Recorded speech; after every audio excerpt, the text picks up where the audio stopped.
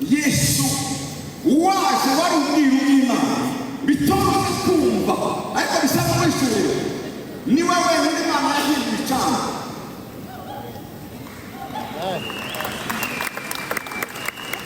Amen.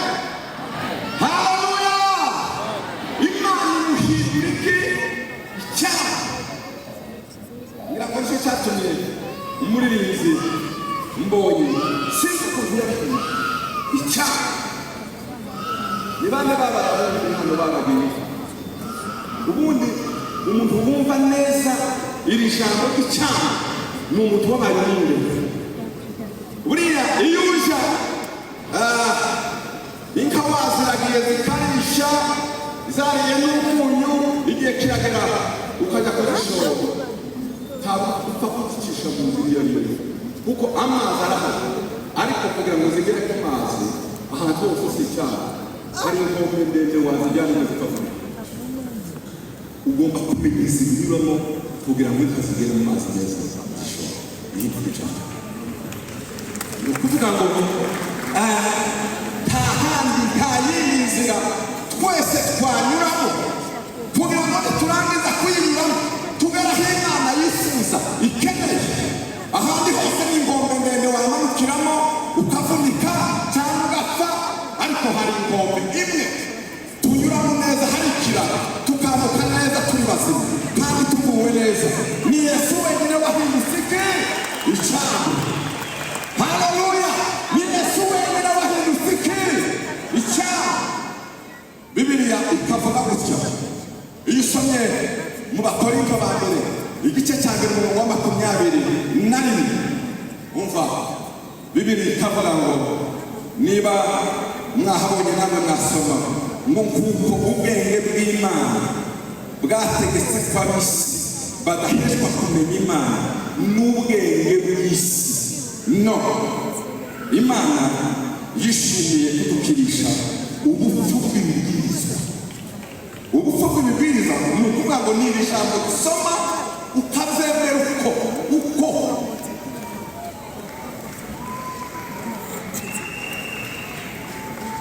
duha Imana amashyi menshi cyane. Mu Gifaransa bavuga la folie de la prédication. Ni ukuvuga ubupfu bw'ibibwirizwa uko twatubwiriza ugatangira kuvuga ngo ariko biriya babamo n'ibindi, ahubwo ni formule, nta yindi formule yakwereka uburyo wabikora keretse kumva icyanditswe. Ubupfu bw'ibibwirizwa nibwo bisobanura icyaha cyonyine uburyo byiboneka. Maze Yesu ahindutse icyaha, Bibiliya ikavuga gutya. Sindimo mbabwira amagambo yanjye, umva ukuntu ivuga. Turacyari kumwe tuvuga ngo amen. Mwongere cyane amen. Muri Yohana wa mbere igice cya umurongo wa 14, kandi uko guhamya nuko Imana yaduhaye ubugingo buhoraho. Mwumve neza, kandi ubwo bugingo bubonerwa mu Mwana wawe, wa wundi wabaye muhe ashyirika icyaha. Uwifuza ubugingo wese, ntanyura mu bwenge, ntanyura mu bitambo, ntanyura mu idini, ntanyura mu cyaricyo cyose, anyura muri Yesu wenyine. Wakomeza, turacyari kumwe mwese, muracyahari muzamura amaboko. Ijambo ry'Imana riravuze ngo reka nongere nsubiremo, ubwo bugingo bubonerwa mu Mwana wayo. 12 ufite uwo mwana niwe ufite ubwo bugingo, naho udafite umwana w'Imana Noheli nta bugingo agize gute afite. 13 ibyo ndabirandikiye mwebwe abizeye izina ry'Umwana w'Imana, wa wundi wambaye umubiri, Imana yambaye umubiri, yapfuye ikazuka, abizeye uwo mwana mugomba kumenya yuko mufite ubugingo buhoraho. Reka mvuge iki kintu, simfite iminota myinshi ariko ngiye kurangiza. Reka numve ko mwakurikiye muvuga ngo amen. Mwongere cyane amen, cyane amen. Ikintu kiza kishigisha muri uyu murongo ni uburyo bakonjeje. Abafite uwo mwanya ntibazagira ubugingo. Bafite iki? Bafite ubugingo, ni perezida. Amen. Nukuvuga ngo ubwo bwiru bw'Imana, Imana yashyigikiye umuntu udushakisha kumvise ubwenge bwawe ngo ce n'est pas possible. Nigeze kuganira n'umwarimu wanje kuko je ndi historien de formation. Nigeze kuganira nawe, namuhaye igitabo yasoma, yarandikishije igitangiro wa mbere muri university. Arambaza umunsi umwe ngo se kubera iki uyu nome Jesus muza muguhindura igitangaza gusumba abandi ba profete bose. Abandi bose ni ba profete ariko si Imana.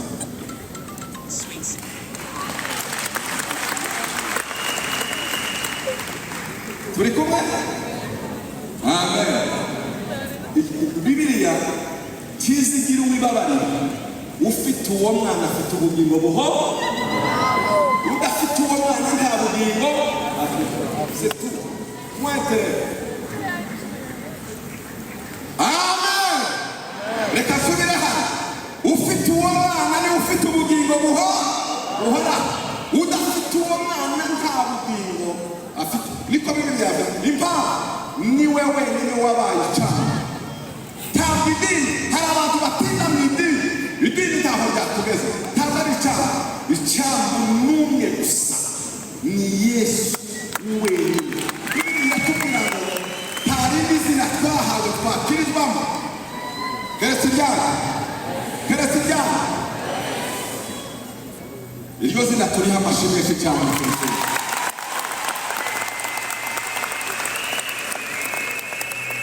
Mbwira mugenzi wawe ngo Yesu niwe cyane. Mubwire ngo Yesu niwe rembo. Mubwire ngo Yesu niwe rembo. Ngiye kurangiza, nkunda kuvuga ati nimba mwakurikiye Yesu niwe nzira n'ukuri n'ubugingo. Nibaza iki kintu, turacyari kumwe? Nizatangara ukuntu abantu baza bizera, bakizera ubuhanga. Ubu ngubu nuje hariya ku kibuga ukinjira muri Brasos, urasezera abantu bose babwire ko uzabahamagara ageze kuri sene.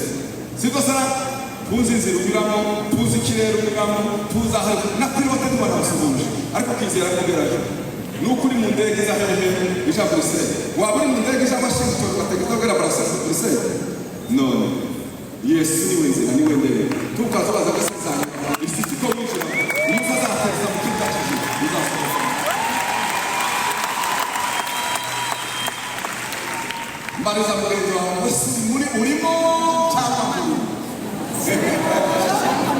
c'est ça la formule c'est nukubaho cyangwa kugira gute tube uwanyuza mu cyangwa wese azagerayo tumutwe bwana utukufu uwanyuza mu cyangwa wese azagera gute azagerayo. Reka soza rero mbihuze n'ubuhamya bugenda usomye ku murongo ndarangije. Ubuhamya bugenda ni mwumve, kuko umuntu wese wabaye umwana w'Imana aba atagikora ibyaha, kuko kamere yayo iguma muri we. Ni ukuvuga ngo iyo wanyuze mu cyaha tuba ugikomeje kamere muntu uba wakoze kamere y'Imana. Reka mbabwire ubuhamya bugenda. Hari umwanditsi wavuze ngo kuba wakora igitangaza ku z'indwara si igitangaza gikomeye. Igitangaza gikomeye ni ukubona maraya ava ku muhanda agahinduka umubyeyi urera abana akabyara.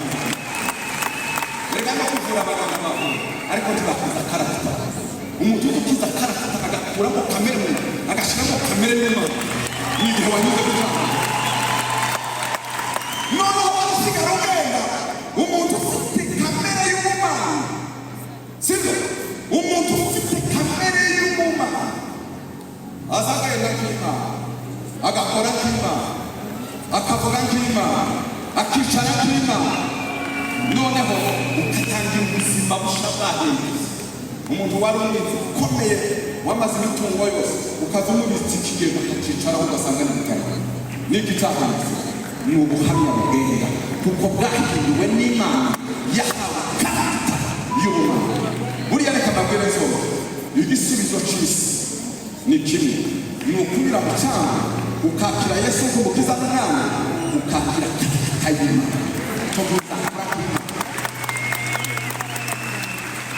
Muri iki kibazo tugira ni abantu binjiye mu idini bararaba ariko ntibigeze banyura mu cyangwa ngo bahinduke kamere y'Imana iragaragara. Uzuvuga nka kw'Imana akora kw'Imana. Ibi bintu tubyuzi Noheli iraba ahinduka cyangwa twinjiyemo kamere irahinduka twakira nature divine.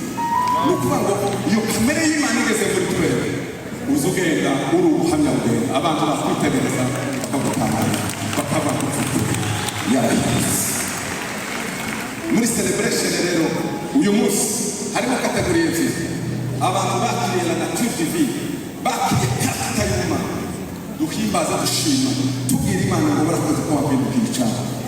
Ariko abatarayakira bafata icyemezo cyo kuvuga ngo naje ngiye kwinjira muri icyo cyaha. Ngizo kategori ebyiri z'uyu mugoroba ni ukwibaza ikibazo ngo ese kamere y'Imana yakugezeho. Noheli yarabaye, Imana yahindutse umuntu ahinduka icyaha ngo winjiramo ufata karata y'Imana. Niba warayifashe uhimbaze Imana, abafite karagitere y'Imana la nature divine, ngaho niho Imana amashimishe cyane tuyishimire kuko Yesu yabaye igisubizo. Ufite uburenganzira bwo kuririmba ukabyina kubera ko ufite karagitere y'Imana. Ariko abatarakira Yesu turakere mubwire ngo mubwira cyane irembo riracuguruye icyango gikinze injira.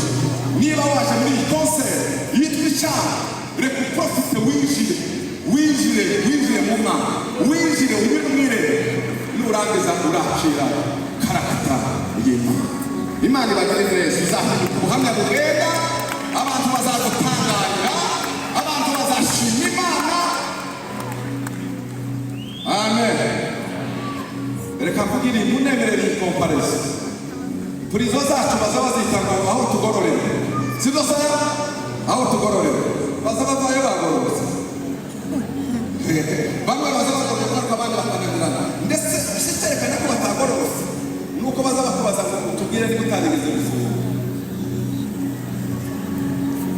No kuvuga ngo baracaka amakenga ntarasha baragutinya, ariko hari aho tugororerwa n'igihe twinjiye muri umuntu uzagira icyizere cy'agakiza ni uwinjiye muri aba yabaye icyarimwe ibyakera byose bivuze gute byashize. N'abanyarwanda baravuze ngo inkoni izikiguzwa ariko ntizicingeso.